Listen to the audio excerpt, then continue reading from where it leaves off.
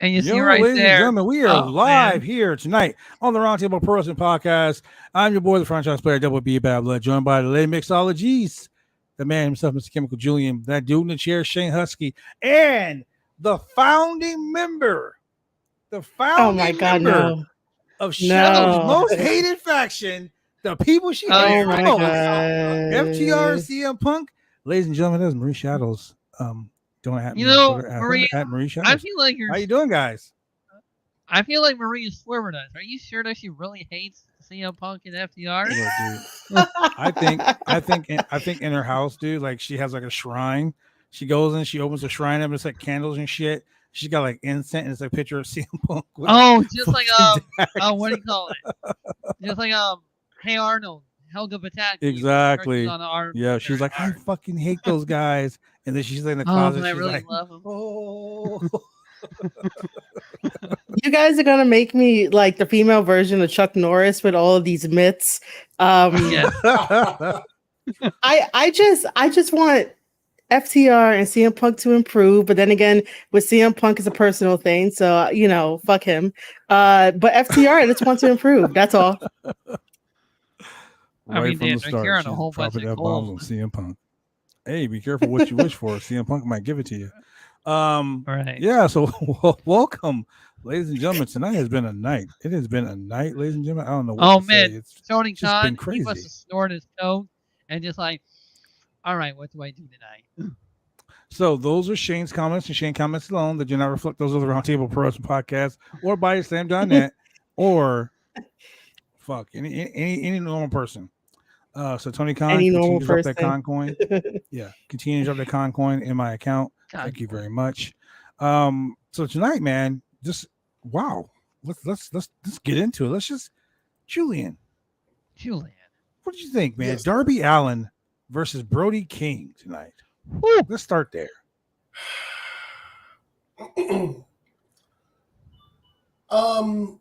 All right, so in the past couple matches, Brody King's been beating the shit out of Darby Allin. Mm-hmm. So this was his payback match, and it was a coffin match, not to be confused with the casket match. And this is where Darby Allin was going to get his payback, and he actually gets his payback by choking Brody with the chain he was wearing. It's not like he suddenly wore a chain. I mean, this is the chain he does usually wear. And he choked him out the same way Brody choked him out at that elimination. What was it? The Battle Royal thing. Yeah. So he choked him out, and he plops in the coffin. Hello there, Miss King. Which is fine. I personally don't think that Brody King should ever lose to Darby Allin, but that's fine. It was a nice change. He is one of the pillars of AEW, I guess. So you know what? This was good storytelling, so that's fine. Did you say pillars or did you say pillow of AEW? Because he makes me want to go to sleep. Pillars. Makes me want to go to sleep. Makes me want to go Betty Bye. I don't want anyone to think that I said that Darby Allin's a pillow queen. Wow. That's pretty funny. Yeah, that was pretty out there. Pretty out there. No, kind of funny that considering that, later on in the night we see Miro wondering whether he should accept that offer from the House of Black. Ooh. Wait, but you're getting way past a lot of things. Sorry. Okay. Let's talk about the fact that the coffin opened and fucking Sting was there with one eye painted. Yeah. Where they spit the mist in his eye. And when Sting dropped the bat in front of Malachi, it was kind of like, yo, hit me, let's see what's up. And Malachi dropped the bat and walked away. Sting looked like he was in a trance. Yeah. What do you think, Marie? He actually followed him up the ramp too, and I was just like, what is happening? But I think Sting is having the time of his life. So I really can't be like too mad at him, but I'm just like, okay, cool. You come save Darby every single time. Awesome. I need something more. Like, I don't know. I want to know what happens, like, if Sting just turns on Darby. Like, if we're gonna get like that match down the line. They've been I a hope while. so. It's been Like, a while. That's my want. Mentor. That's my want and teacher wish turns for on all of student. this. Mentor turns on mentee. Mm-hmm. Yeah, Dude. Yeah. I'm down. I'm Rather than the other way around. I want to see it happen because at the end of the day, you always have the face, which is the guy the old guy. The old guy is like, yeah, well, I'm over here trying to mentor this young guy, and as a young guy just got mad and turned on me, and now this and this. No, I want to see the old guy be like, yo, let's go. Let's go. Let me do some shit. Allen fights Sting. Are we gonna get Super Sting again? Super Sting. Super Sting who can take the double sweet chin music, and Super Sting who can take like 10 dudes beating him down and not even flinch. Yeah, no sell. He's gonna Probably. everything. I mean, Darby's gonna throw his body at him, right? So yeah, we're gonna get Super Sting 1,000 times. Yeah. At least hit him with a Sting skateboard. is in way better shape than Ric Flair in his last match. Oh my Oh god! no, man, we haven't seen Sting with the shirt off. True, we have. Hey, regardless, at least Sting is still he's still mobile and done. That Ric Flair match, I don't ever want to talk about that again. And then Ric Flair on his podcast had the audacity. He passed out like on his podcast had the audacity to say that he turned down another match that someone wanted him to do after StarCast. Give me a fucking break, dude. They were like, "You survived this one. Right? We don't want. What happened? You survived this one. We don't want to." You saw the Ric Flair match? No, I did not. You don't want to. Did you just chose not to? You're just like, yeah, I just chose not to. It wasn't like a personal thing. I was like, eh. I chose not to watch it because I didn't want to be an accessory to murder. Okay. I heard you would have died in that match. I didn't want to be. I didn't want to witness that shit. Okay. Like I heard the review of it over at Just Alex. By the way, he's also live over there. Yeah, like the visual, I just imagine like, that just didn't sound too good. It was bad. It was horrible. Yeah. It was scary. It was. Why the fuck are the we? Dude passed out, and the Ric Flair stance is like, "You still got it." No, he don't. No, he doesn't. No, he don't. Don't encourage the You're right. He still got it. He still had a pulse when the match was over. That's what he still had. You live? Oh my god! Clear. We're like, he's still alive. It's okay. Oh my god. Oh man. So the Sting thing. Sting comes out, chases him, or walks away with him, whatever, whatnot. So that right there was the end of that. Video, but then they talked about the trios titles. Now, this right here should make Marie very happy because you have some very high marquee matches in this tournament. And very intriguing. Yes. You've got Will Ospreay and Aussie Open. They are facing. I don't know who they're facing in the first round. It doesn't really matter. I think they're facing Death Triangle. Oh, they're facing Death Triangle. No, so that's gonna be good. Yeah, that's gonna be fire.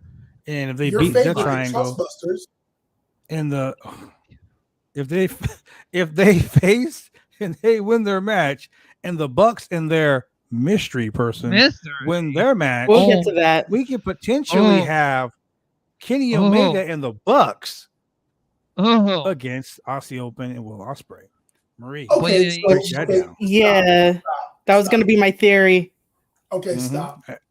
Okay, what you got, Jillian? If you have Kenny Omega and the Bucks in the trios tournament and they win, doesn't this just feed into the whole I don't want to say myth, I want to say rumor kind of these guys just really hyper booking themselves? Okay, stop there. Stop there. No, stop there. Okay. I'm going to stop this myth right now. The Bucks, when the Bucks first, when AEW first came about and they put these World Tag Team Championships out there, the Bucks lost the first round clean as a fucking sheet on a winter's day to Private Party. So people can't be like, oh, well, you know what? The Bucks are just putting themselves over. Kenny Omega put over Chris Jericho as the first world champion. Could have booked himself as a world champion. think about, see, as someone that's booked shows, this is the reason why when I book a show, I'm never the company champion. Because you get these stands that be, oh, because he runs the show, he runs the company, he's booking himself to be champion. Oh, look, he's going to book his buddies to be the tag team champions. Those guys all have power. They're going to take their power and they're going to put themselves over. No, they didn't. Right from the start. Like literally right from day fucking one, they put the belts on other people. That's smart booking. So they discussed this on the very first was it the first or the second Jericho cruise when they mentioned World 6-Man titles. We all knew the Bucks and Kenny would win those belts. We all knew that. Yeah, we all know that. They kept putting it off because they were waiting for Kenny to be well enough to have a match. Mm-hmm. And it's been well over 255 days. 255 there it is. Days. Well over 255 days since they mentioned it. I mean, shit. I mean, dude, motherfucking Vacant's got all the belts. I mean, shit. He's still one of the tag team champions right now. He's the trio champion right now. Like shit. Like Vacant. And then also Vacant. And then Vacant also crashed a car on WWE. That's my theory. Yeah, Vacant's causing problems. But so Marie, so Julian, I cut you off for that. Tell me what your theory was. So, okay. Go ahead. No, go ahead, Julian. You had to finish yours. Yeah. So for the Trios Championship, I would really like. It's really a shame that Christian and Jurassic Express broke up because they would have been good contenders for the Trios Championship. It really would. And then you could have had the implosion after they lost the titles. But I mean that's fine because that turned out great the way that it is. Maybe the BCC will have a group enter into the contention. Well, the brackets are already up. Mm-hmm. Yeah. But I definitely think that because AEW has such a bloated roster, it definitely gives everybody something to do. So, yeah, I'm kind of looking forward to this, and I'm looking forward to Freebird rules.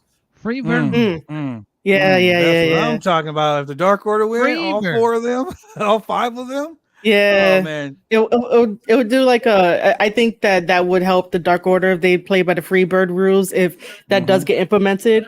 I do want to say that I sometimes think that going back to the myth of being like hyper booked for the Young Bucks, I think that stems from the Young Bucks and like Kenny being there like the first day on the job rather than like taking the backseat role and then come in like at year 3 to be like, we're gonna, go now for like the championship titles or whatnot. Like, I think sometimes people get confused about like, yeah, they put over Private Party, but because we see them all the time and they're in so much content that people are like, oh, it's the Bucks again. They're going to book themselves. So I just think that that's where the confusing line lies.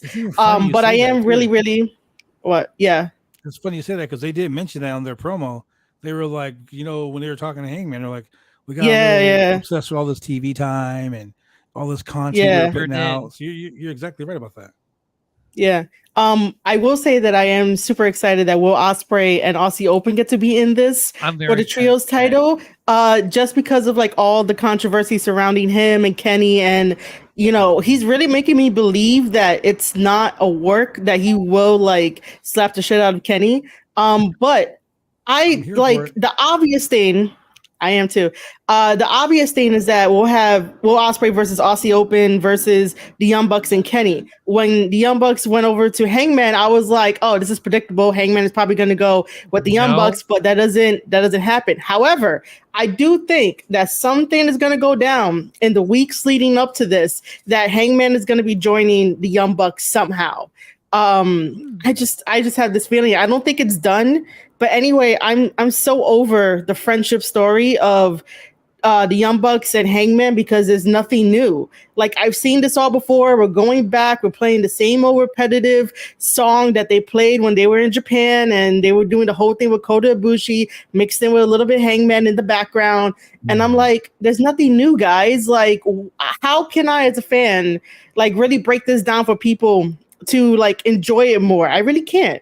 But other than that, like the whole entire tournament, I only care about Ospreay and Aussie Open. I don't care about anyone else on that tournament.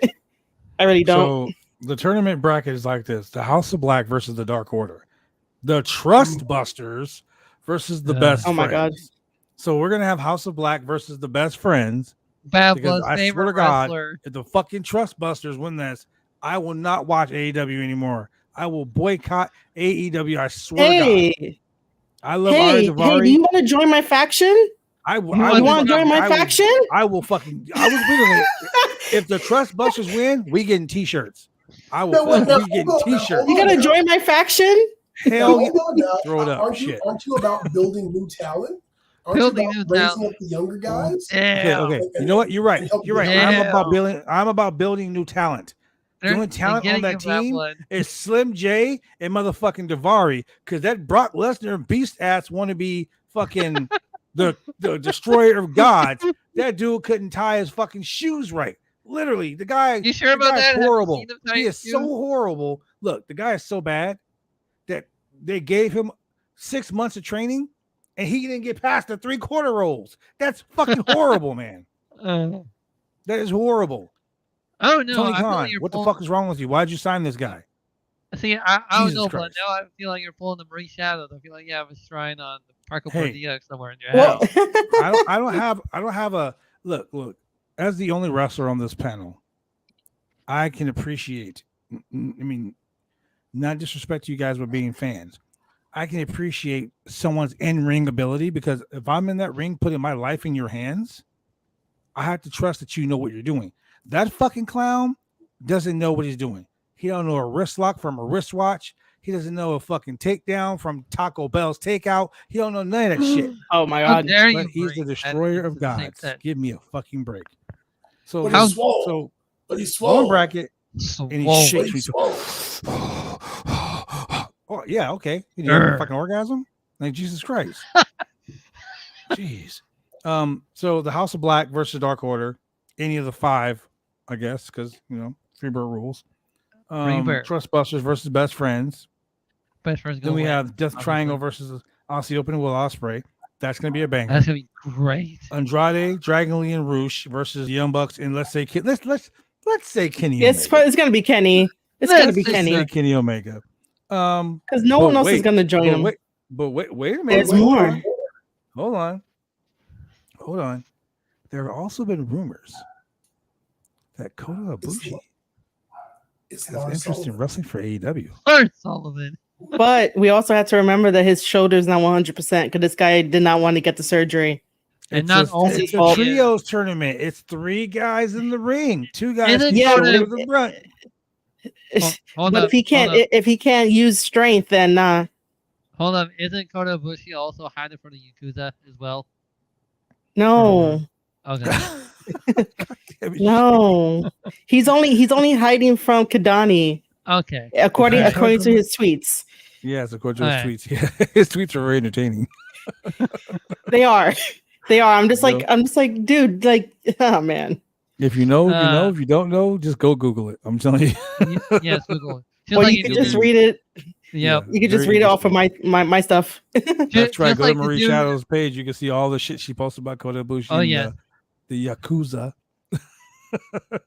But just like that one dude who complained on who he didn't know who Mance Warner is. Just fucking Google a wrestler that you don't know. If you have time to make a TikTok, just that's a whole other podcast. I already talked about that. That's a whole podcast right there, bro. Shit.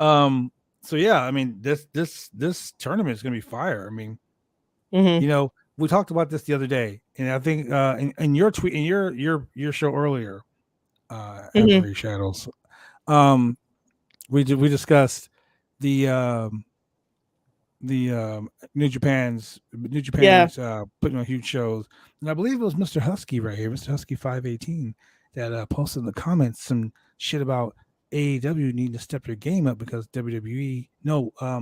Greg, I believe his name was. Greg said that. Greg said that WWE's Raw and SmackDown last week were better than Rampage and Dynamite, and Mr. Husky 518 right here says, I think that AEW needs to step their game up. Well, sir, what? The game has been brought. The game has been stepped. Yes, it has. Stepped up. It's like Step Up 2, the revenge in this bitch. I'm telling you. Oh my this show may not have been super fire, but some of the matches, like that coffee match, was okay. Andrade and Rush versus Lucha Bros. That match was fucking fire. Yeah. Yep. Lucha thing. So Julian, break it down for pretty that much. Match. It's definitely that. What are your thoughts, Julian? Anytime you get to see Lucha Bros, it's gonna be a good match. I mean, it's always gonna be fun. It's always gonna be hard hitting. It's always gonna be just someone's gonna get their ass kicked. And then you get Rush, or AKA Rush, and Andrade. Speaking Flair's son-in-law, and flying knees, heads into the turnbuckle. You're not getting you're getting your elbows, you're getting your drivers, you're getting your it's a plethora of lucha wrestling. So it's kind of like a step away from your American wrestling. So you're getting your lucha style wrestling, high flying, near falls. Your super kicks are going to be in there, and it always looks like someone's about to get knocked unconscious or get their teeth knocked out, and it's always fun to watch. There's always someone getting destroyed on the apron, which to me is always funny because they always make it a point to say, "Oh, it's the hardest part of the ring," and Penta is always just fantastic. We had a Mexican destroyer in there. Penta's a goddamn psycho. Phoenix when he's healthy, when Luchasaurus is being a heel and breaking his arm is always fantastic, whether he's inside the ring or outside the ring. And it's all just a great match. Unfortunately, we had Andrade get the win or get the pin. Why is it unfortunate? Yeah, unfortunate, man. Because I want to see Lucha Bros win. I don't want to see Andrade. But it's about time that Andrade has to win the win. Here's the thing, though. People were talking about, Andrade is unhappy with AEW. Right. Andrade wants to go back to WWE. Bro, let's talk about that for a second. Nah. You got your brother. Both of them, in fucking AEW right now. You got your fucking Lucha Clique, your faction, and you pretty much can do whatever you want in AEW. No reading the scripts. You can pretty much do whatever you want to be. Say whatever you want to say. You can do whatever you want to fucking do. That right there, to me, that's fucking would I want to go where I'm heavily scripted? Fuck no. I mean, yeah, your wife is there. Big fucking deal. Yeah. You know what I mean? If I had to live with my wife or my fucking significant other 24 hours a day, 7 days a week, I'd probably kill her. Think about that. You can't be, bro. Tell me, Julian, as a divorced man, tell me, Julian, if you lived with your ex-wife, and you worked with her, yes, mother, I'm putting you on blast right now. Oh my God. I'm about to get married, man. What are you talking about? Yeah. We ain't talking about her. I'm talking about look. Oh my God. We ain't talking about the lovely one you got now. We're talking about the one that you used to be with. Okay, let's talk about that. There you go. If you're with somebody 24 hours a day, 7 days a week.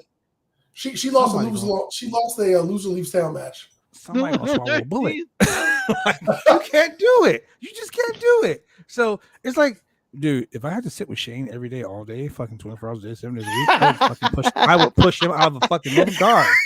Hold on. Wait. I would like I tell my daughter all the time when she talks shit to me. One day I'm gonna create an ejection seat button in my car. And I'm gonna push that fucking button. Boom, you're gonna be out on the freeway. Hold on. Wait. Pause. He's so bad. Pause on everything. You couldn't live with Shane, podcast from the same spot. Right. Go to Taco Bell together. Go to work together. I had Shane at my house, and we were podcasting, and I look over the cross room. I'm like, I just want to throw him out the window. I was like, can he fit out this little window right here? You guys are carpooling to work together. Hey, my God. You stop at Taco Bell, grabbing some chalupas on the way back. I'm driving home and I'm looking at him like, ejector seat, bitch. First of all, I kid, ladies and gentlemen. I like Shane. Shane makes my day. He comes over and he's like, "Hey man, my toilet paper. You got any?" Oh man. I'm all in the bathroom, using the bathroom. Shane's standing there looking at me. You're gonna use it. Oh, damn it, get out of here. Oh man. Shane's a cat. Reaching out the door. He peeks his head around the door. Meow. Get the fuck out of here. So yeah, man. I think Andrade is really happy where he is. He's having better matches here than he did on the main roster. Yes. I mean, if it was like going back to NXT where he was running the roost of NXT, maybe that's a different story, but they ain't the same thing anymore. Well, and also it's the whole Hardy Family Office thing is done with. I think. Thank God. Stupid name. Speaking of stupid things, the Luchasaurus. Oh my God, let's talk about that for a second. The Workhorseman. One member of the Workhorseman. Luchasaurus? Yeah. Look, he's a dinosaur with a PhD. What in the shit? He's smart, man. He did smash Anthony Henry, though. Anthony Henry is actually really fucking good. He's part of a group called the Workhorsemen on the Indies. They're really fucking hardworking guys. They're great. They're awesome. I was excited to see him on the show until I saw him get smashed by Luchasaurus in less than 2 minutes. Right. I tweeted out that they should have kept that squash match on AEW Dark and Dark Evolution because it made no sense.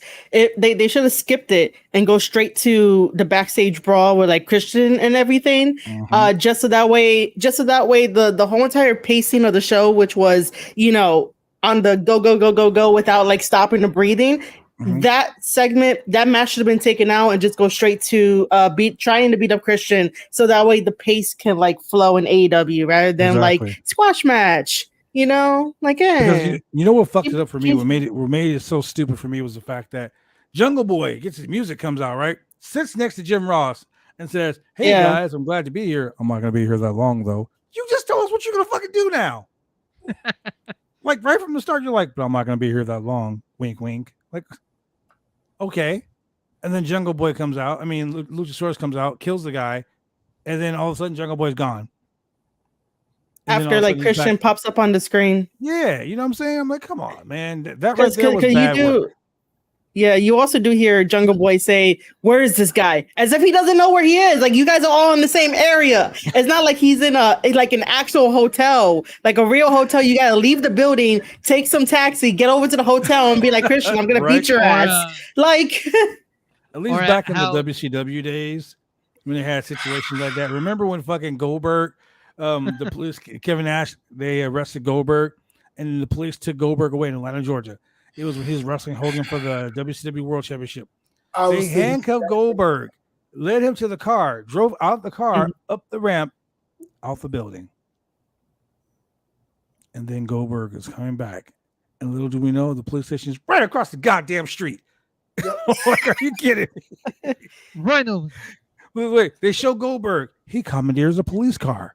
Oh, man. He drives across the street. Okay. Okay. At least guys, or it's like the WWE when the guys are like, Marie, you and me, we're gonna fucking fight. And hi. like I did not see you standing there. All right, guys. Oh my God. Hear me out. Jason, you're gonna say that I'm drinking. I am. But anyway, hear me out. At some point, the whole Jurassic Express thing is gonna get old. And they're going to need to repackage Jungle Boy and Luchasaurus. The fact of the matter is, Luchasaurus by himself, Jungle Boy by himself, kind of stink. So you kind of got to keep them together. I mean, they work together as a package. This is how you repackage them.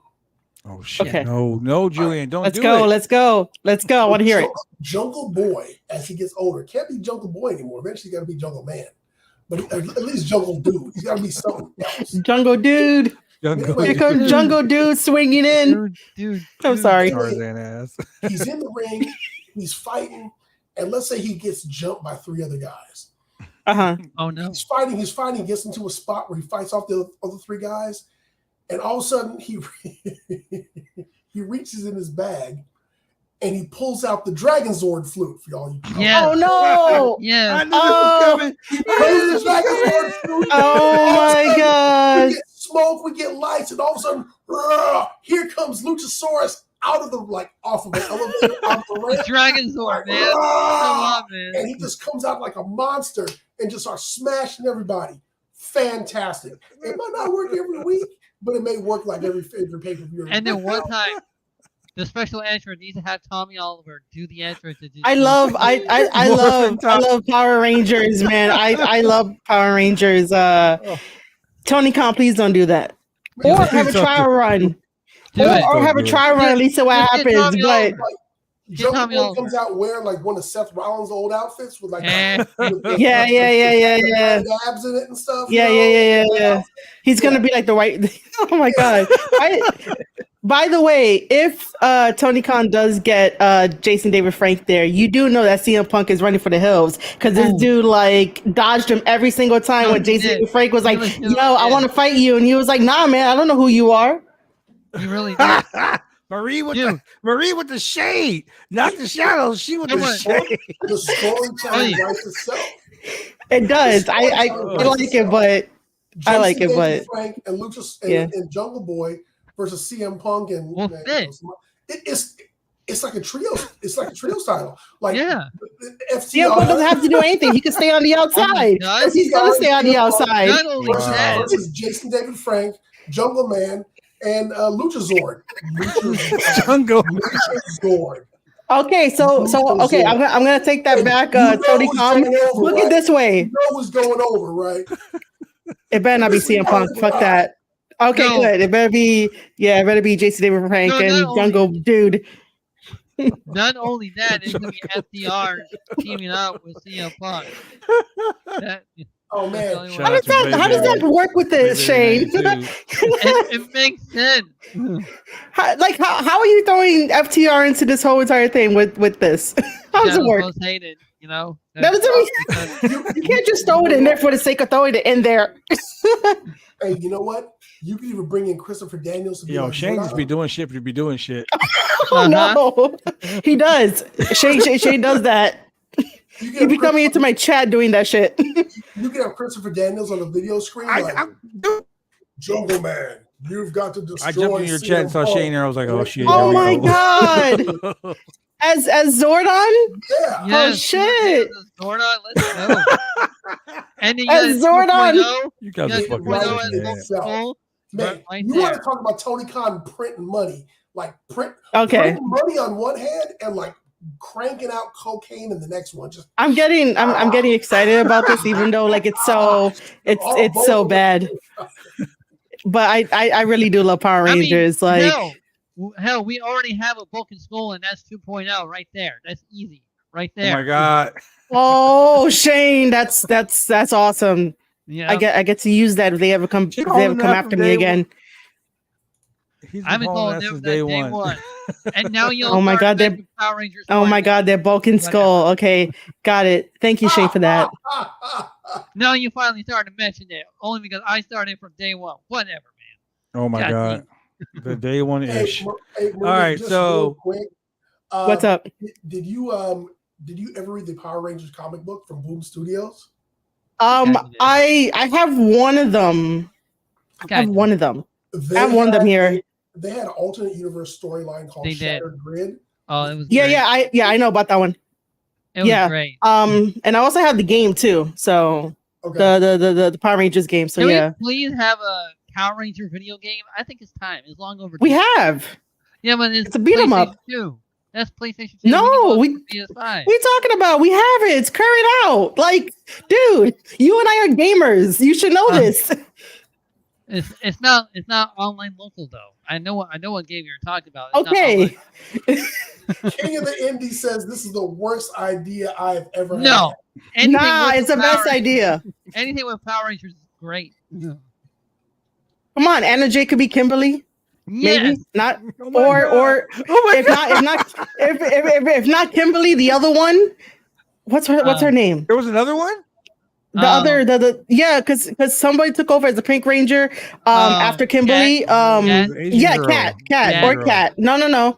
The Asian one was still Trini, who's the Yellow Ranger. Yeah. But for the Pink Rangers, it goes as Kimberly and then Cat. Shane was right about that. You would not have to twist Athena's arm to be. No, you wouldn't. You wouldn't. She'd be like, I'm in.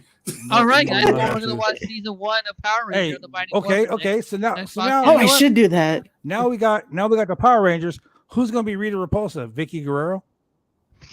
No, we need somebody sexy. She's gonna be like, excuse me. We need somebody sexy. Everybody knows Rita can get it anytime she wants. When she says Rita can get it twice on Sunday, bro. We know what monster she's talking about. Oh my God! Rita can get it twice on Sunday. Rhea Ripley as Rita Repulsa. She's gonna be like, what is it? After 1,000 years, I finally reawaken. I should know that line by heart, but no. After what is it? 10,000 years, I'm free. 10,000. There we go. Yeah. Oh my God. Oh my God. Who's playing Godard? Finn Balor. Oh my God. What? Finn Balor. Oh my God. Finn Balor as Godard. Jake Hager. Bro. We need to have one of these fucking shows, dude. Wait. Well, who's gonna play Zordon? We said Christopher Daniels. Christopher Daniels. Oh, Christopher Daniels. He would do it too because he's a comic book guy. He would do it. He'll do it as Zordon. What's the fucking robot's name? Alpha. Godard. I was trying to avoid Alpha. that. No. Alpha. Alpha. Sorry. Alpha. Johnny Hungy. Johnny Hungy. Oh no! Ew! Oh my God! Jordan, what the fuck? Danger! Yeah, he's gonna. Oh my God! Oh man! Oh my God! Love the Power Rangers. You guys, something's wrong with you guys. Why don't I talk to you guys? All right, look, man, I love Power Rangers. All right, we should have a Power Ranger layout, and so we don't need to do Dynamite right now. Just the Power Rangers layout, and then we do the Power Ranger review. Okay, well, look, let's get back to Dynamite. Okay. All right. So, Ricky Starks. You almost forgot where you were. Starks. Bro, Ricky Starks, I'm gonna tell you right now, that dude is so over. He is the very over. Ricky Starks. Shane told me earlier today in the text that Ricky Starks can get it anytime. So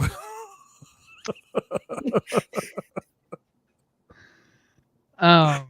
Ricky Starks, man. That dude has the look, he has the persona. Yeah. Dude, the crowd loves him. They love him. And the fact he wrestled Aaron Solo, and I love the fact that they brought up Aaron Solo's past of him being tag team partners with Ricky Starks. Mm-hmm. I love the AEW is doing that. They do this all the time. They show you guys that they had a life before AEW. Like they actually existed before they came to AEW. You know? And which I like, but it sometimes gets lost in it is. Yeah. It showed a what am I trying to say here? Like a humanized part of it. It showed that there's yes. So AEW is good at making you feel things. They're good at making you feel things. Starting with MJF. When MJF shut their promo, like, wow. Yeah. I don't know what to say. Fuck you or I love you. Like they were like the crowd was like, dude, like that. I love the fact they did that. They put Ricky Starks over Aaron Solo, and then Ricky Starks was about to get beat down. Jumped over the fucking railroad, ran through the crowd. Mm-hmm. Instantly made Ricky Starks #1 fan, super fan. I mean, this is like Dax Harwood talking about his 8-year-old daughter, or fight like a 6-year-old, whatever the fuck it was. Ricky Starks is so over right now that everyone loves Ricky Starks. You know what I mean? Some guy posted, "Oh man, I met some guy posted in the on the AEW review or AEW stream, like while they're watching the show. I met Ricky Starks when he was with the NWA. Guy was such a nice guy. My daughter got to take pictures with him. He sat around for 2 hours just talking to my daughter about wrestling, and I'm like, That's pretty cool. Yeah. Then they got that State Farm commercial where they got one guy who's like a super fan, and Ricky Starks pulls up in the truck and has the guy play his entrance music and shit like that. They're building him up like the WWE did The Rock. Yep. Like he is Ricky Starks is truly a pillar of AEW. Like he's one of those guys that when you talk about, we got the Bucks and we got Kenny and we got Hangman and we got Ricky Starks. Yeah.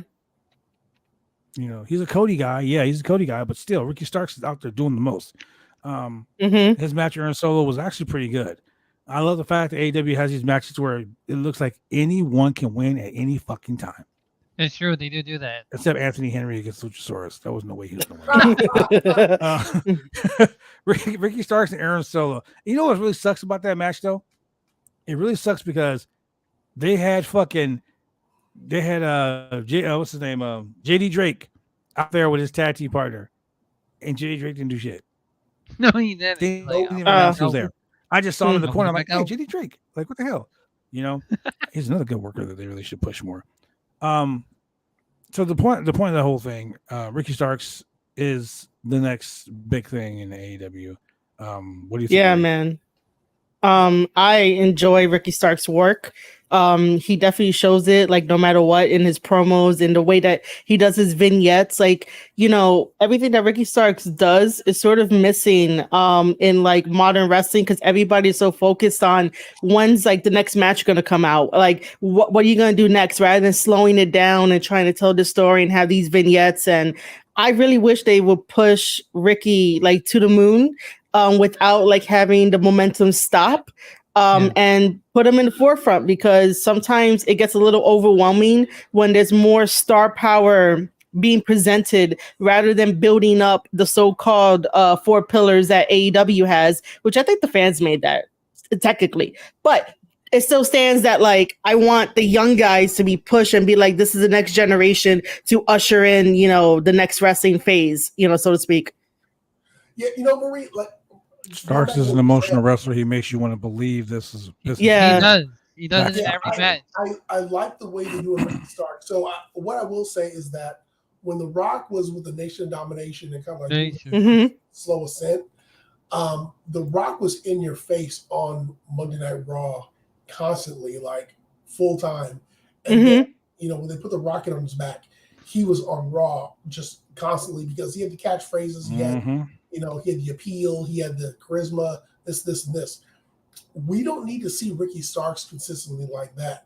Like, we just need to see him in his vignettes, in his matches, in his promos, just in limited doses where it keeps you wanting more, so that the next time you see him, you're grateful for it and you're happy with what you got and you can't wait to get more. Because every time the guy delivers, he really delivers really well.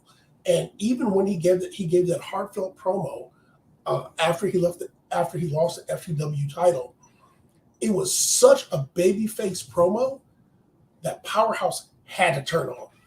Like, yeah, because you can't, do anything different. Yeah, he did. He just had to turn on, and like nothing else would have worked. And so, it made you feel like, oh man, like. This dude was turning babyface. I was feeling for him. I was like, he was tugging my heartstrings. Oh, now I gotta love this dude because now his partners are going to turn on him, and so what they're doing with him, it's the slow burn. It's good. Keep it that way. With the way, again, with the bloated, I keep saying bloated roster, with the inflated roster that AEW has, Ricky Starks is only going to get so much TV time, but the TV time that he's getting is really TV time that other folks wish they got, and he makes the most of it. Also, Serena Deeb for Rita Repulsa.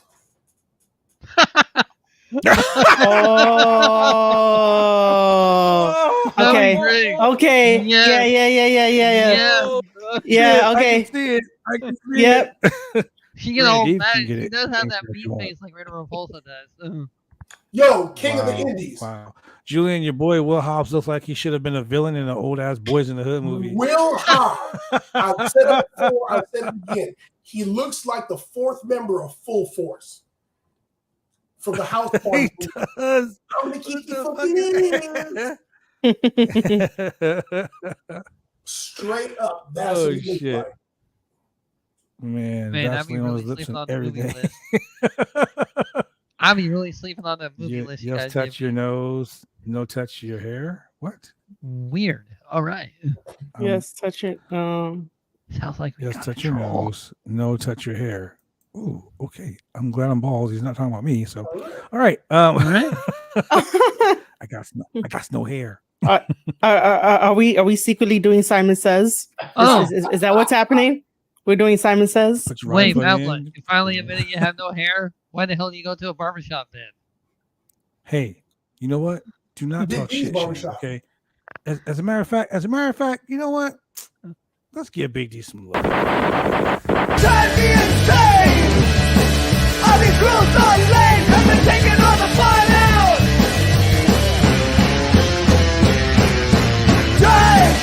Drive me insane! All these rules are lame, have been taking all the fun out!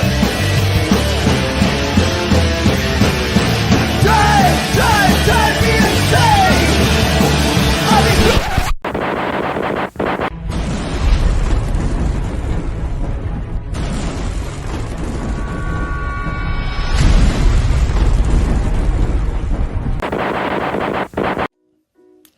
When you want to get your hair cut, you go get your hair cut right. You head down to Big D's Barbershop.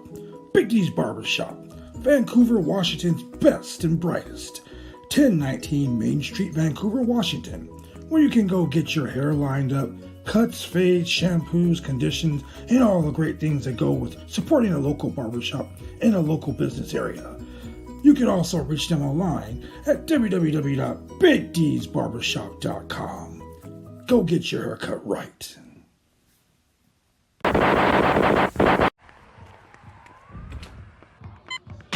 These are more than just the sounds of a safe place to go after school. These are the sounds of interest being ignited and of mentors making an impact. At Boys and Girls Clubs, we don't do just one thing. We do whatever it takes to meet the needs of every kid who comes through those doors. Because whatever it takes is what it takes to build great futures. Great futures start here.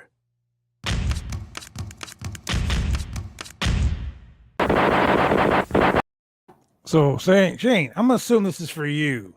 I just need you to call me later on IG. Wow, IG stands for Instagram. No, it's definitely not for me. Shane, what's your hourly rate? Nah. Also, a penny. His hourly rate is a penny. No, actually, Big D is the lady who was shaving my head in the video. Oh, yeah, it's a female-owned barbershop. She's a straight razor. She's fucking awesome. So you know. Yeah. Anyway, so now we're gonna go to a match that a segment that kind of made me laugh a little bit, and it made me laugh because it made me think of Marie. Yeah, it totally made me think of Marie. Like I just had this big ass like cheesy smile come across my face when I saw this. But so we got the TNT champion. Oh, no, let me go back. We got Satnam Singh, Sanjay Dutt, and your boy Jay Lethal. They come out. Wait. Oh, we gonna skip over our boy Stokely? No. We're not.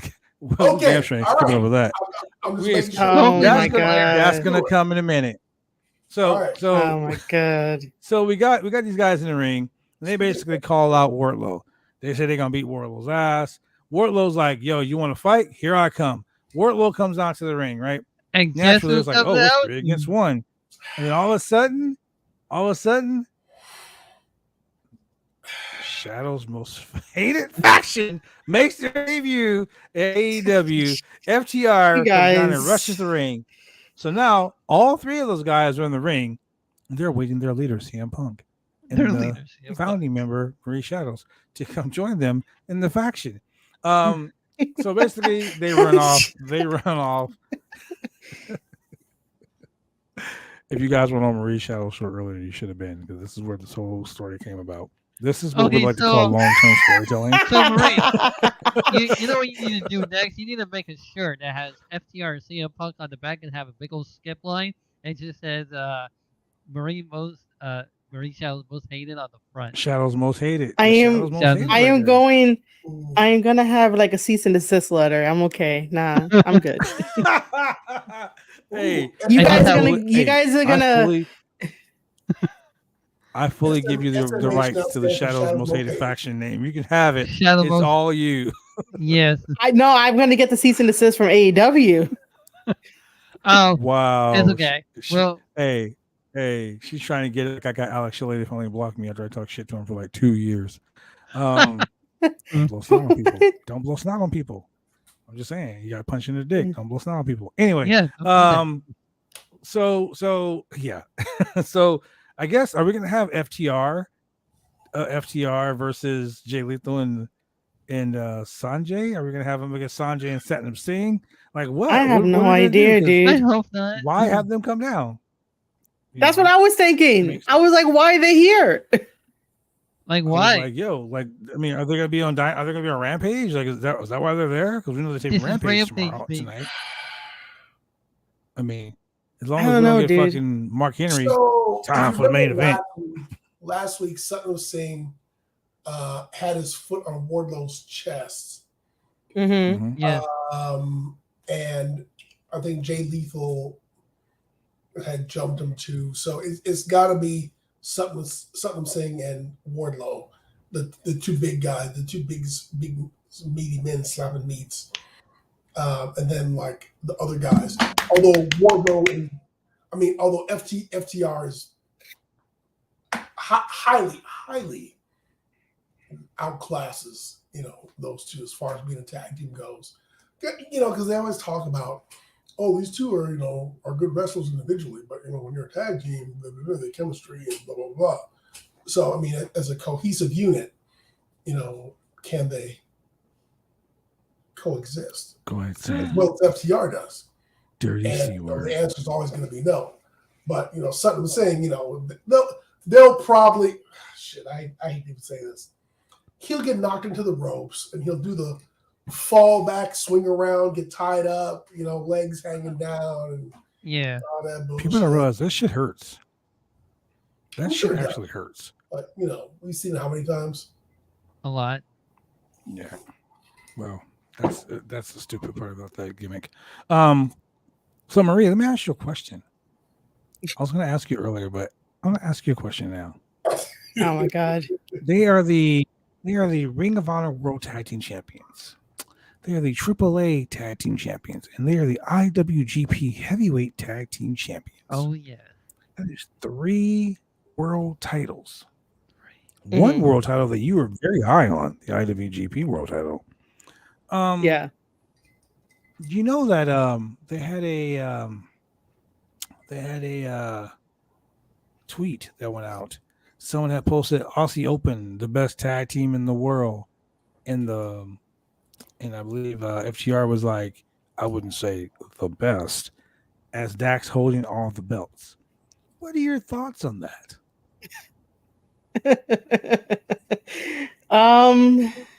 I mean, you're the Japan specialist on the show, so you are. I would have liked it if they probably would have won it on New Japan soil. Just because you could win it over here in the States does not mean that you are like a World League tag team. If you're not traveling, you're just staying in the hometown of something that rather than going to the unknown and testing your limits and testing your ability. That's what makes you a good wrestler. If you're able to test your ability somewhere else and try to beat, Let me ask you this, though. So if you're a local indie guy who calls yourself a world champion, yet you never leave said town, does that make you the town champion? I mean, yeah, if you never leave your hometown and wrestling for the same couple of promotions, yeah, you're basically the hometown hero. You're the town hero. If you're not going out there to get the experience. FTR? So is that your problem with FTR? That they're just the local boys? My problem is that Dax talks a lot of shit. That's all. He talks a lot of shit. That's your job as a wrestler, right? Yeah. But see, hold on. There's a difference of when a wrestler talks shit as a wrestler versus like it doesn't sound as like it's coming from a wrestler perspective, more like a douchey side. That's all it is. And that's probably like my New Yorker side of like all my red flags are up and it's like it sounds like shit. Tell me more. About what? Like what's the thing that he said that set off your red flags? I just don't believe that half the things he says. I think it comes off as not believable. Like I don't trust it. Like I have to have my guard up because if the moment I let it down, it's just gonna be like I kind of knew something was up. I kind of knew something was fishy. You know, it's just one of those things. Okay. It's basically a gut feeling I have that I'm just like, this is why I don't like the way how he talks shit and then sort of sometimes play the victim on Twitter. So I observe everything from like afar and I just like trust my gut instinct on certain things. Okay.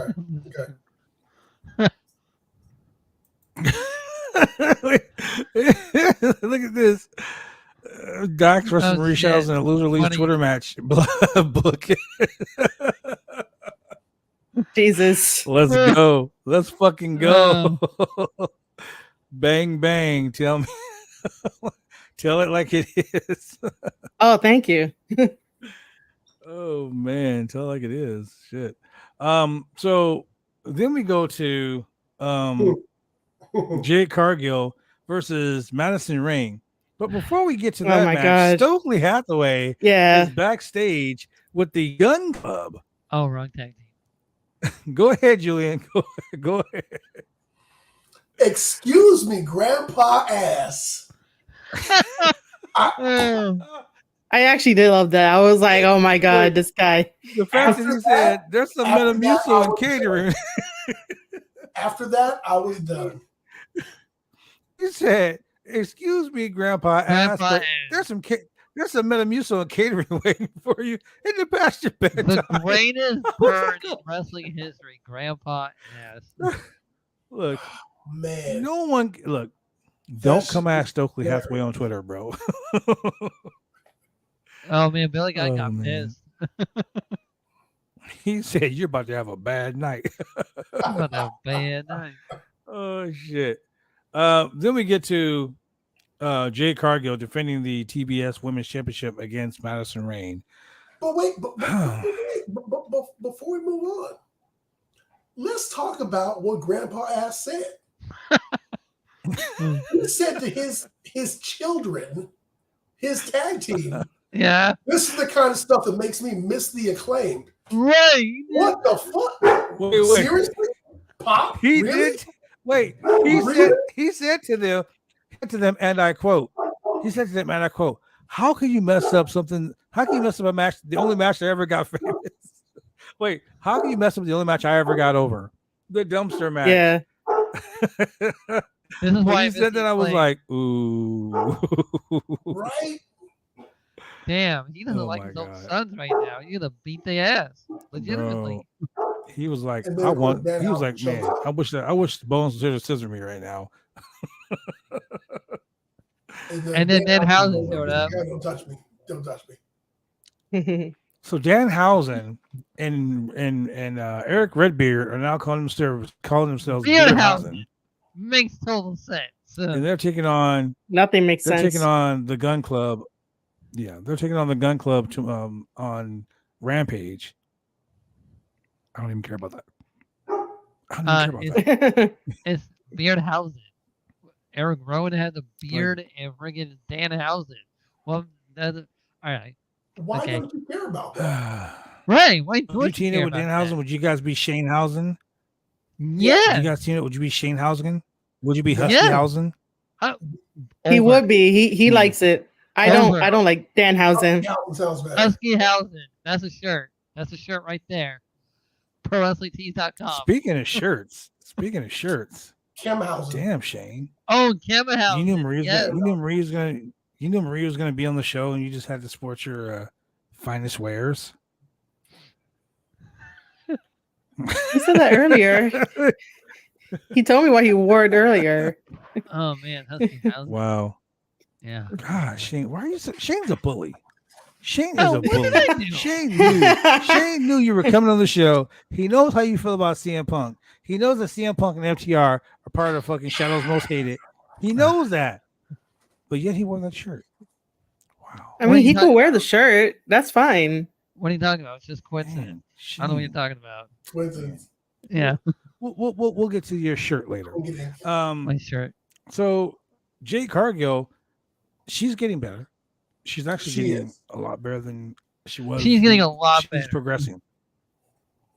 She's 100 times better than fucking Parker Boudreaux. That's for goddamn sure. Oh damn, intergender match. Oh my god. Yeah, shots fired, bitches. I'm not gonna let that go.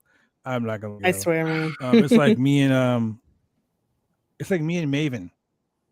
I spent 3 years to be a professional wrestler before I got my first match. 3 years. I didn't go on a reality TV show and train for 5 months and get a WWE contract. Fuck Maven. Yeah. Oh, okay. I met Maven at WrestleMania, and he was like, "Hi, I'm Maven," and I was like, "I don't care," and I walked away from him. Wow. And that whole time, he was just like trying to talk to me, like, "Hey, man, I'm Maven. Psst, I don't fucking care." Like, I'm shouldn't sorry. only wrestlers be back here? I'm like, shouldn't only wrestlers be back here? If you take no joy in Maven, the man who eliminated the Undertaker out of the Battle Royal, yeah, and then the ensuing ass whipping that took place, that is okay. That gave me a Blue Chew moment of the night. That was my Blue Chew moment of the night. Yes, led to that moment. That was his whole career. Do you know what the lesson was in that entire moment? Don't fuck with the Undertaker. Don't fuck with Taker. The lesson is, don't get happy. Don't be celebrating early. Yeah. Don't be celebrating before you know the job is done. This motherfucking drop kicked the Undertaker out and was like, woohoo! Yay, look at me. I mean, that is a pretty big moment. I kicked the Undertaker out. And the Undertaker was like, really? He did not. Really? You botched your spot, motherfucker. Come here. And he beat that motherfucker. I was supposed to get taken out by Triple H, not by your Weasley ass. He beat his ass from the ring, up the ramp, to the back, to the popcorn spot.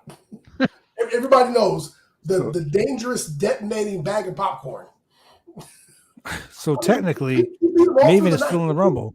He just kept on beating him. He never went over the top rope, so technically he's still in the Rumble. Yeah, he's still in the Rumble. It was, man, I mean, that was one of the highlights of that Rumble. Let's not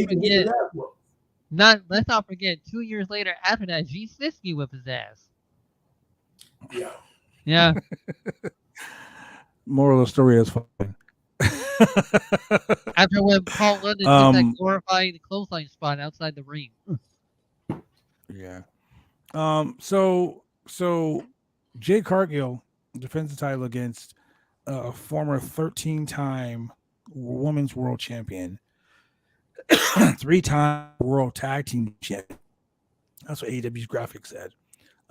With Madison Rayne. Now we all know Madison's not a women's division of AEW.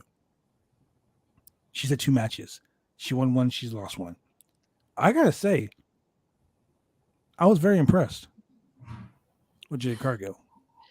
Yeah, I was too. Like I was really impressed. Like there was like 1 or 2 spots that she botched, and I could see that Madison Rayne was working a little too fast for her. They were going through transitions. She couldn't keep up with the transition, so she just fucking booed her in her face. Like there's a spot where Madison went for a kick, and they stepped back like, nope. And you can tell that she was supposed to take the kick, and then she just fucking booed her in her face. Boom. I was like, okay. Not only that, but Jade did a phenomenal spear. She did a phenomenal spear, Jade did. Yes, she did actually. Julian, what are your thoughts? Jade looked really good tonight. Oh my God. I think Kiera Hogan looked really good tonight with those J's on. I'm just saying. After she those hit J's that are spear and she gave us the and the I think Dominic might have been like, tell you what, Rhea, I like my coffee a little bit darker. God damn. He was like, "Hey Rhea, I like my coffee black." Oh my God. I like my beans like I like my coffee black. Oh my God. What God. How are we not canceled yet? What are your thoughts, Marie? You know, she went ahead and did the kip up, and she had the hair in her face, and she had to whip it back like Storm, and I was like, had a little X-Men 97 moment. I was like, oh. You're waiting for some lightning to come out of her hands. A fucking tornado to surround the ring. Out of hand, sure. What are your thoughts, Marie? I really like Jade. Jade is definitely money. She definitely should be on like posters and marketing and doing all the media stuff because she looks great. And even having the title belt, the TBS belt, like makes her look like $1 million. Like she should be doing that. I wanted to get into this match. I wanted this match to be a little bit better. I had more fun like watching and remembering Awesome Kong versus Madison Rain.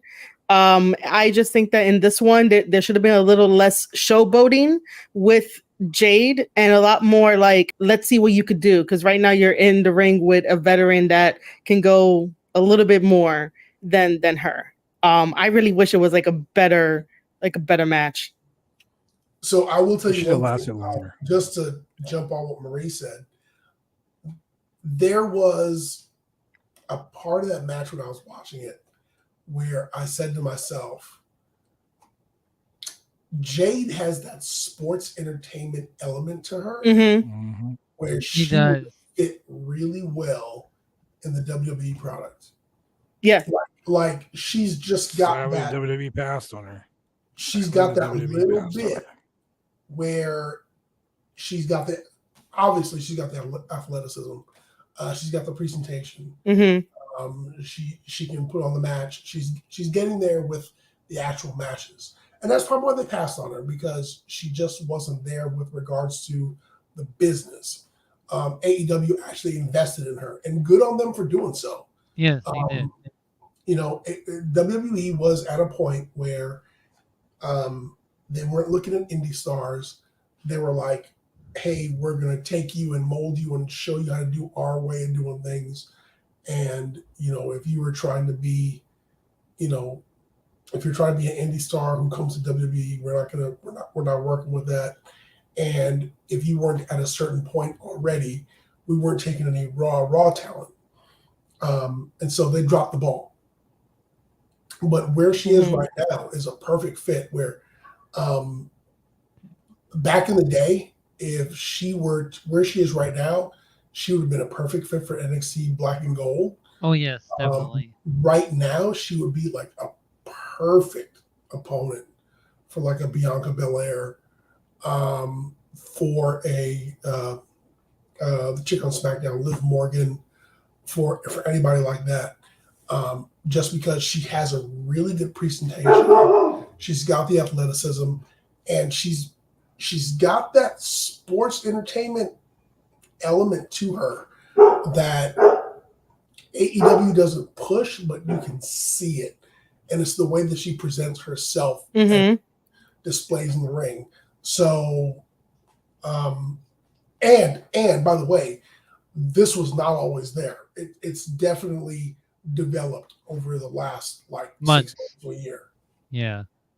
Not only that, who has a legitimate undefeated streak, unlike a certain someone. Correct. Wow. Uh-huh. Wow. Are you shooting on Goldberg, bro? Sure am. Just fuck Goldberg. All right, I'm done. Wow. I love Goldberg. All right. Are you in my faction too? Yeah, pretty much. Goldberg is on. T-shirts, baby.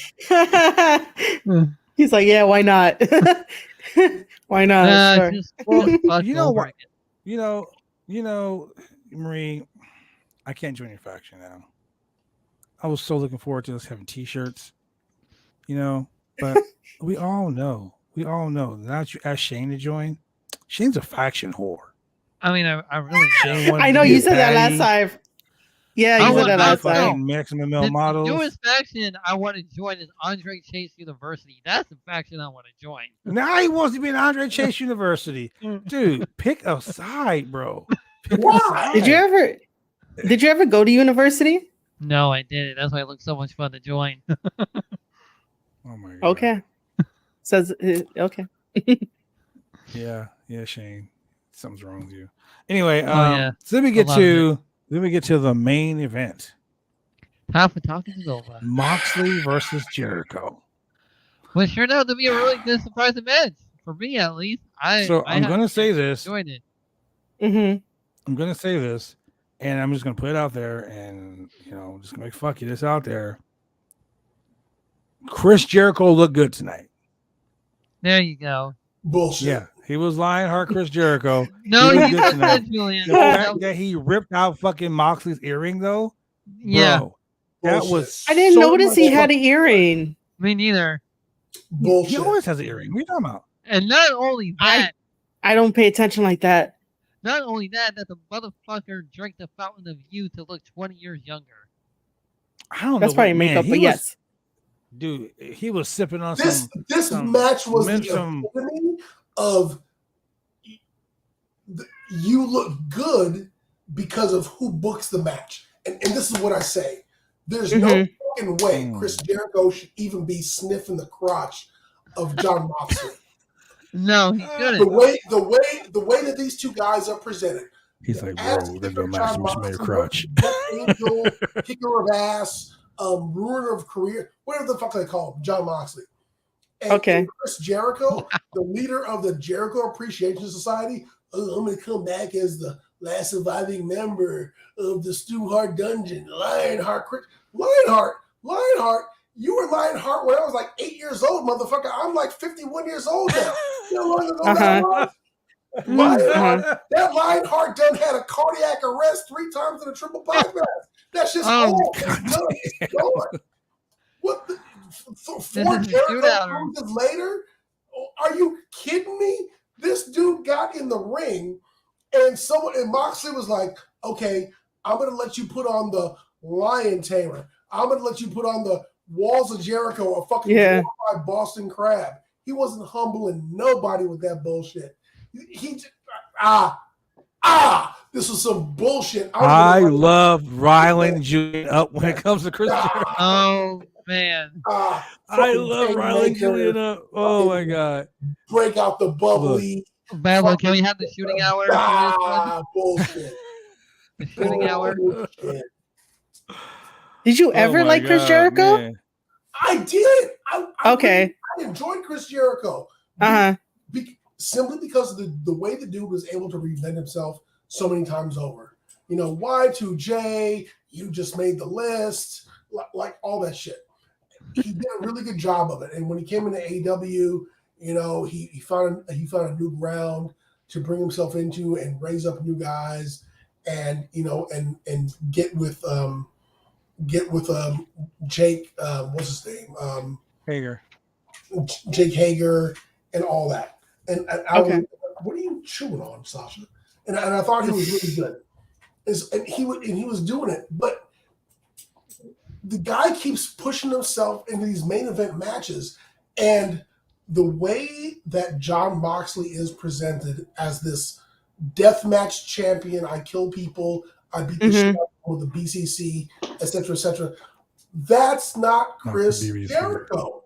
And Jericho is trying to put himself into that arena. And I'm like, no, dude, that's not you. That's not the Stu Hart Dungeon. That's not what you're doing in WCW. That's not what you were doing in WWE. That's not what you're doing down in Mexico. That's not what you're doing in Smoky Mountain Wrestling. That's not what you're doing anywhere. And he's a fucking coattail rider. And he's he is your Chris Jericho to me is your CM Punk. Wow. I totally understand all of Julian's points. I'll give him all of that. I totally get where you're coming from. Wow. I can see it. There are several other people who should have been in this match tonight, and Chris Jericho's not one of them. Yeah, I was saying that too with a couple of my other friends that I'm just like, I don't know why Jericho is in this match. I don't know why Jericho does like double duty when he shows up on Dynamite and Rampage. And it's nothing against Jericho. Jericho is great in his business. He has a great mind and everything, but it's like, Jericho, slow down, man. There's other people that could be put up front and center and stuff. I totally get where Julian's coming from. Okay, so I'm going to be straight with you guys. I totally 1000% get where Julian's coming from because I tell him this all the fucking time. Well, I still Jericho needs to fucking stop trying to be the fucking guy. I just like seeing Julian riled up. That's just crazy because Julian fucking is very passionate about how much he hates Jericho. Not only that, I don't necessarily hate him. Don't worry, come join my faction. It's okay because apparently every time we get riled up, we hate somebody. She has converted all of us to her faction. Yes, you guys are all with me. Oh my god, man! I'm about to give you a fucking shirt made, bro. Hey, you know what? No, we all have a story with a wrestler that we hate. I confuse with Goldberg, Marie Shadow confused with Punk and FDR. Julian confused with Jericho. Yeah. On the flip side, I 100% appreciated everything that Jon Moxley said last week. So when it was Chris Jericho versus his teammate, they're like, "Who do you want to win?" I don't give a fuck who wins. Right. I don't care who wins. Because whoever wins, I'm going to beat the shit out of them. Yep, I appreciate that. That if you're a champion, that's what your mindset should be. Anybody who's coming after me, anyone who's coming after my title, I'm going to beat the shit out of them. You're my teammate. You're my most hated rival. You're an opponent. You're a dude off the street.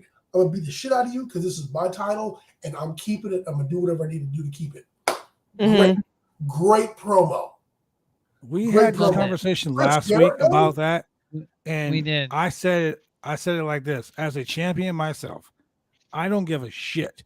I'm not a face nor heel because guess what? There's a target on my back. Everybody wants what I have. Exactly. So Roman Reigns. Oh, Roman Reigns is a heel. That's why I appreciate the storyline where they had Karrion Kross and Drew McIntyre both challenge him. Yes. Theory. You know, then I appreciate 1000% that whole thing because when you're the champion, you have no friends. Yep. You are a fucking target on your back. Everybody wants to take you down. That's the way it should be. Good guys, bad guys, indifferent guys, whatever. They should all be coming after you. You know, that's why if you guys, I mean, I'm an old NWA guy. I'm a traditionalist. Always when the Four Horsemen were around, Ric Flair took Anderson, Tully Blanchard, and whatever, Lex Luger, Barry Windham, Sting, whomever, they put in the Four Horsemen to keep away from the World Championship. They kicked Sting out when Sting became number one contender to the world title. They attacked Sting. Lex Luger was United States champion. When he won a shot at the NWA world title, they kicked him out. Think about it, ladies and gentlemen. When you're the champ, you don't. The whole thing about being champion is you need to keep your enemies close, your friends close, and your enemies closer. You know, don't let. That's why when you're in a faction with you're the champion. That faction is after your ass. Like, think about that, bro. When Triple H was champion, and you wonder why it won't pick his side. Number one contender champion, the number one contender title. Batista and what's his name had him on his shoulders. Triple H was like, Orton. Yep. That's why. So when it comes to this, FTR, I'm sorry. You know, I looked at Marie and she smiled and I was thinking FTR. I can hear you in my headphones. I know. So Moxley retains the championship. Here comes the Jericho Appreciation Society. Here comes the Blackpool Combat Club, along with Eddie Kingston and Santana, right? Or Eddie Kingston. They're brawling. All of a sudden, you hear CM Punk comes down to the ring. Now, 3 days ago, the rumor was CM Punk's foot injury is so bad that he couldn't compete. Sure, he didn't compete all out. I knew that was some bullshit. I'm gonna tell you why I knew that was some bullshit. Because they showed a video of CM Punk at C2E2. No, I'm sorry, at Comic-Con. He was at Comic-Con at the AEW panel, and he jumps up on a fucking chair, and he's like bouncing up and down the chair. And I'm like, I've broken my foot. No. I was not doing some fucking Not Tom only Cruise that, or fucking Oprah Winfrey shit. Okay. Not only that, Sean Ross Sapp didn't even report it. So there's that. But you know what? Let me tell you something about your daddy Sean. Daddy Sean. Your daddy Sean said that there was some big news, something big happening in AEW tonight. And if you wanted to find out what it was, you had to go to Fightful Select. He did. Then he said he's not going to comment anything on Twitter about it. So when Sean Ross Sapp says some shit like that, I know some shit's about to go down. That's why I told Marie earlier today. I said it's going to be a big Dynamite because there's going to be some shit going down. You know.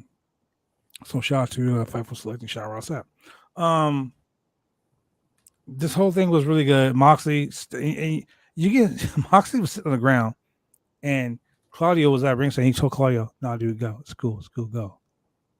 Like he said that to Claudio as he was facing the opposite way of Punk, and then Punk stood over him, and Moxley got up. He turned around, and they were face to face.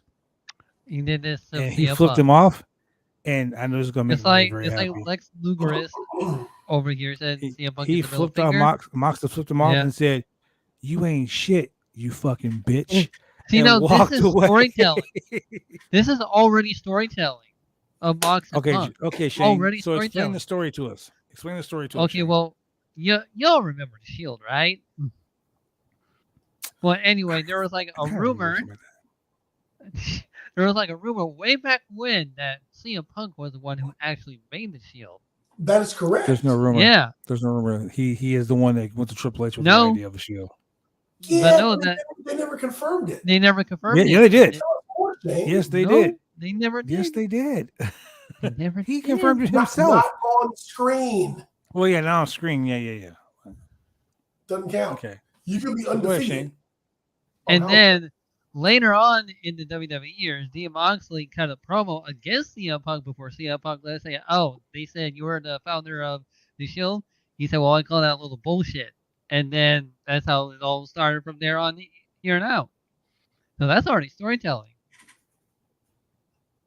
Well, just like Lex Luger right here says the total package. CM Punk gets the middle finger and Moxley is proud.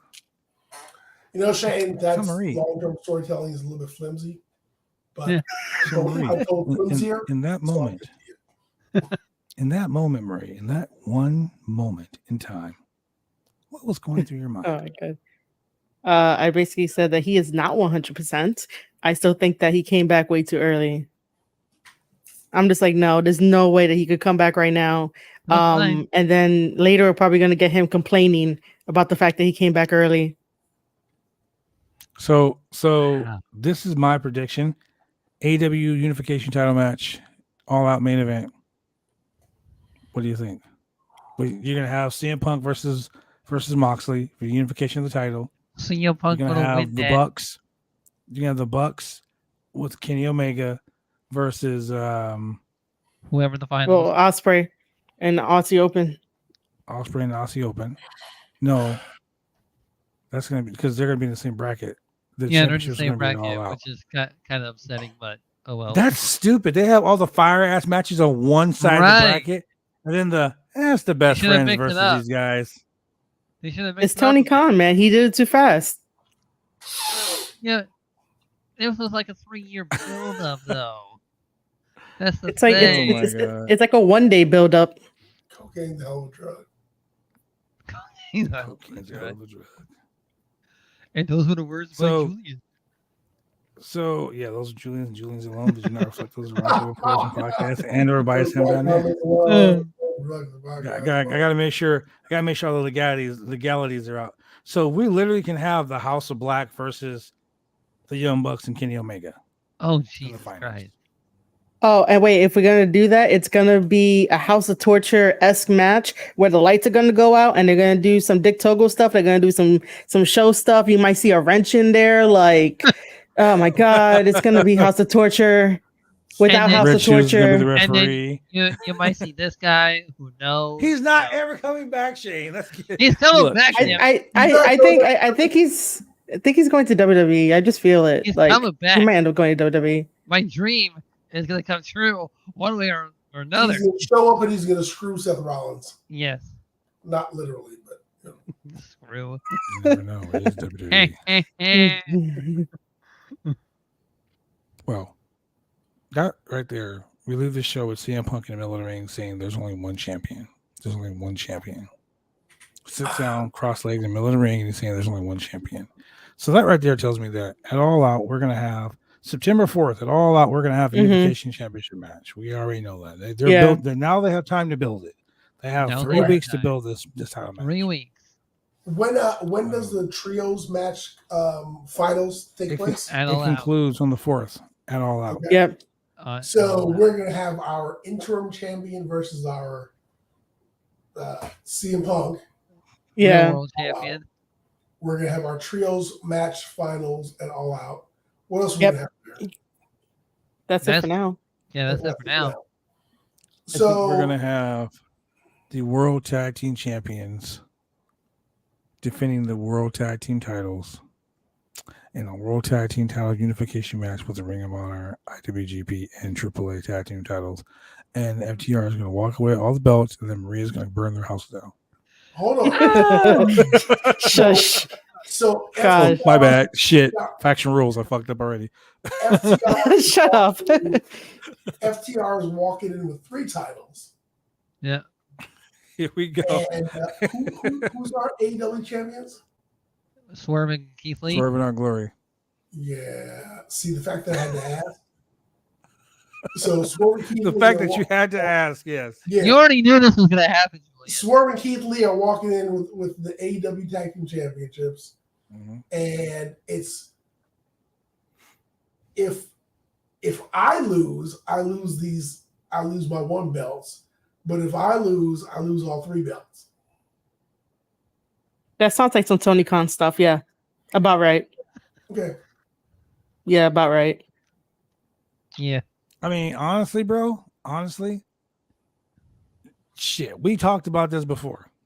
Yes. We knew it was going to happen. Sooner or later. We talked about this before. I was really mad at the fact that they had a fucking fatal 4-way.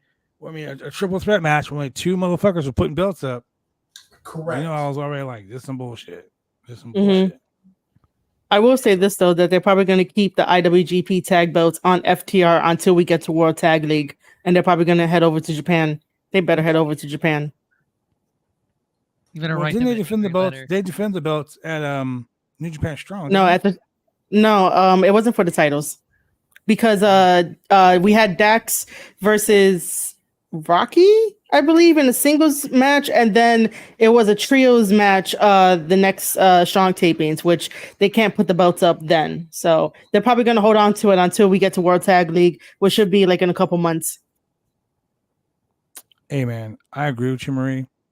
If they want to prove they're the best tag team in the world, they can win all those tag team belts, but until they win the World Tag League, I get it. Then I will be like, all right, cool. You guys will have that title. Okay, so I'm gonna do this tonight. When this show is over, I'm gonna go on Twitter. I'm gonna say, Dax, Uncle Dax, on Twitter, Uncle Dax. Don't you fucking dare. And I'm gonna tag Marie, and I'm gonna say, I have him muted. I'm gonna even better. I'm gonna say, no. This woman, oh my loves God, tag team wrestling. And we're going to like a cameo. She wants you to prove that FTR is the best in the world. CM Punk reference. To prove that you're the best in the world. Subtle CM Punk reference. And win the World Tag League. Yeah, Dax is gonna be like, bet. That's it. That's all I'm gonna say. He ain't gonna be like, man, fuck the SMHF. He probably would. I don't know. HF. Oh my God. No, I wouldn't do that because he probably would say that, and then I'd be like, "Hey, fuck you, buddy." And then I got to defend my faction, the SMHF. And then you'll get blocked by Dax, by saying that. It wouldn't be the first time I've been blocked by somebody. It wouldn't be the first time. Yeah, true that. It ain't gonna be the last time. I'll tell you that. Is that all that we discussed tonight? I mean, honestly, we can talk about next week's show. Next week's show is going to be pretty fire. Let's get into next week's show. Pickles fan. Next week's show. Whoa, we got the return of Bryan Danielson also on Rampage tonight. So they're taping Rampage for Sunday or for for Friday. So yeah, I was like Sunday. Let's talk about next week on Dynamite. Next week on Dynamite is going to be called the Dragon what? Dragon Slayer versus Dragon. No. It's you mean the title? Yeah, it's Game of Thrones. It's a spinoff. So whatever it is, Dragon something bullshit, right? So we're gonna have in a 2 out of 3 falls match the returning Bryan Danielson. Man, this is gonna be awesome. Bryan Danielson versus Daniel Garcia. 2 out of 3 falls. The Dragon versus the Dragon Slayer. Marie, what are your thoughts on this match? I don't care because I don't like Daniel Garcia and I'm over Daniel Bryan. We had he thought he can how can I put this? Because me and him had an exchange on Twitter, but I clapped his ass back with him trying to be smart with me. And then I was just like, I'm gonna block you because I don't want to deal with you and your middle school friends and minions that have like middle school jokes and shit. So yeah, he thought he could clown me by saying that 2.0 is higher than anyone that listens to my podcast, and I had to show my analytics, and I was like, bro, I got 5,000 downloads. What you got? And every time he tried to tweet me something, he deleted all of those tweets, and I was like, yeah, bro, yeah. But I'm also over Daniel Bryan just because I'm just like, I liked you at one point, but you're neutral to me now, so Oh, okay. I can deal with that. I can deal with the neutrality. Okay. Yeah, I'm just Julian. neutral on Bryan. I don't really, he's there. Julian, what are your thoughts on this match? You hear that? That's your thoughts? Nothing? Yeah, don't care. Shane. Why. Because Daniel Bryan. Wait, you said Daniel Bryan's going to win? Yes. Okay, I just want to hear that. Right, go ahead, Shane. Okay, so I'll tell you my thoughts on that after that because I kind of agree with you in a sense. Shane, what are your thoughts? I'm actually looking forward to this match. So there's that. I am looking forward to this match for the simple fact that I really and truly think that they'll listen to me when it comes to the fucking booking strategy of this shit. I mean, they probably do. Pickles fan 23, why are you not following us here, brother? That makes me sad in my pants. Hashtag March. Hashtag. Wow. That's a sensitive fuck him. Okay. Better than any Sammy or Ty can have. Oh, okay. The word Blood Mark is all elite. Oh, I'm not all elite. I hate the word Mark. I'm not all elite, brother. I'm a part of the best click on the fucking planet Earth right now, man. Yeah. Recognize. I really don't like the word Mark at all.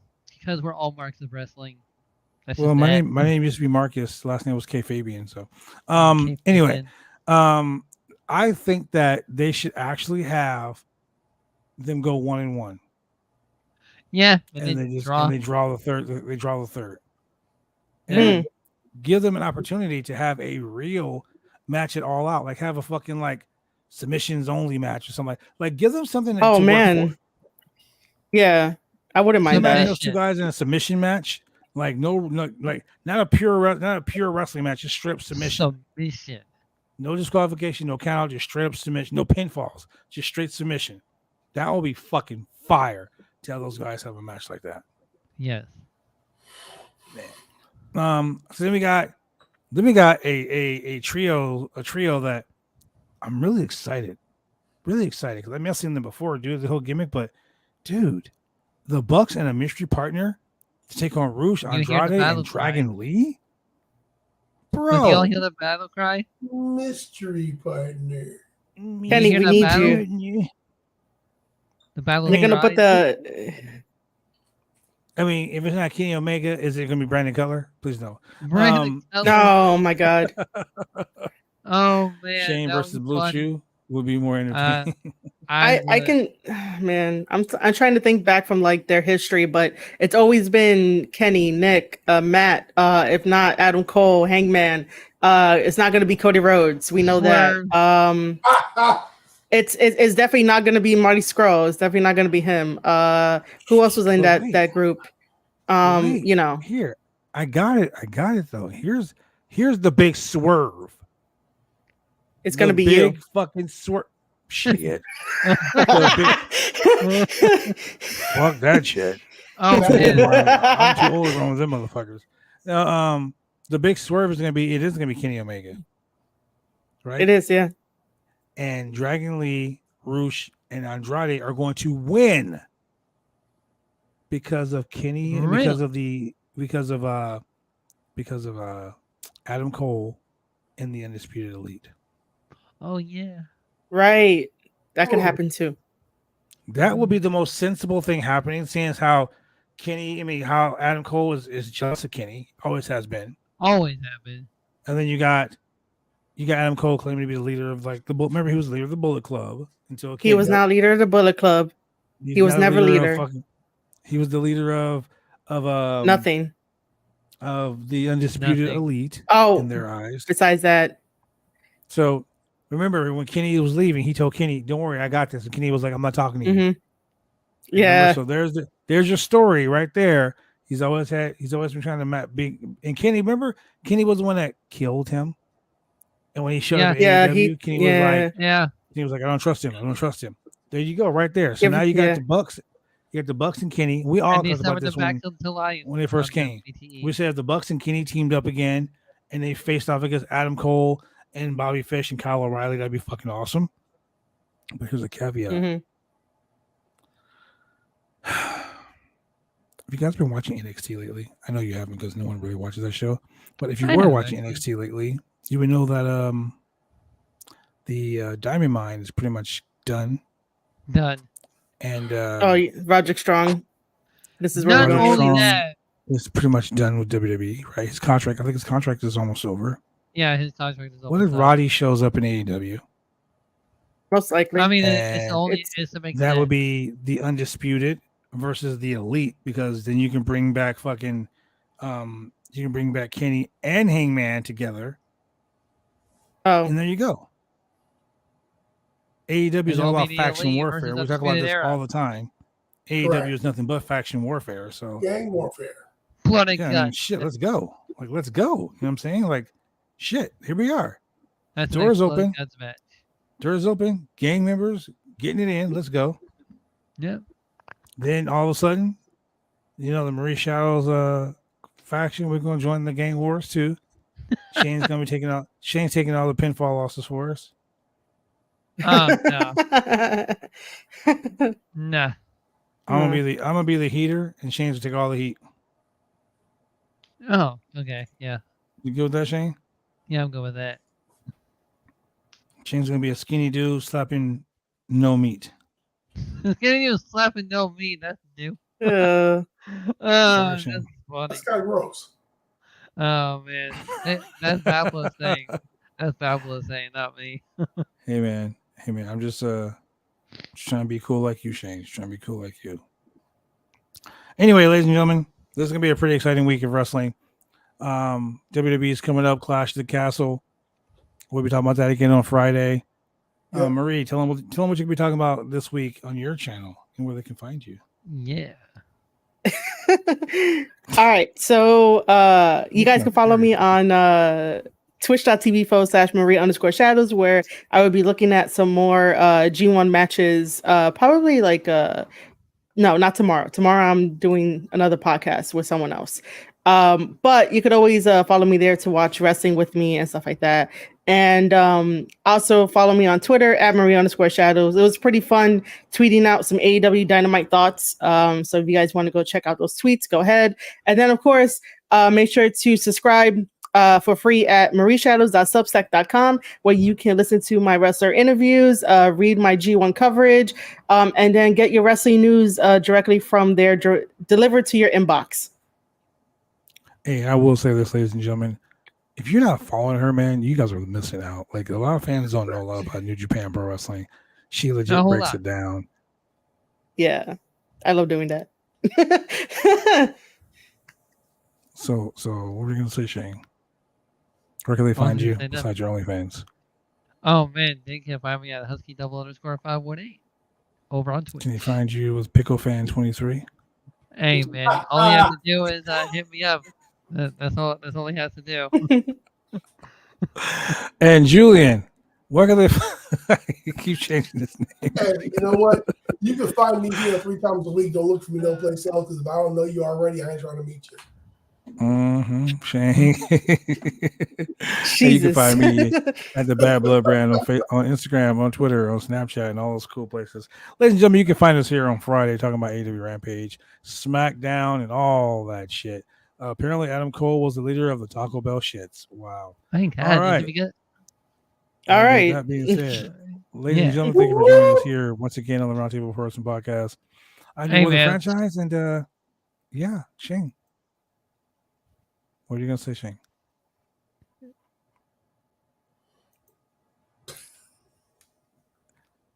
He has nothing to say, ladies and gentlemen. Shane is a weirdo tonight, ladies and gentlemen. So let's go ahead and feed them ducks. I'm cursing people. And with that being said, ladies and gentlemen, thank you for joining us here on the Roundtable Person Podcast.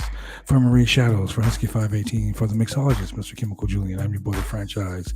And we will see you when we see you, which will probably be on Friday.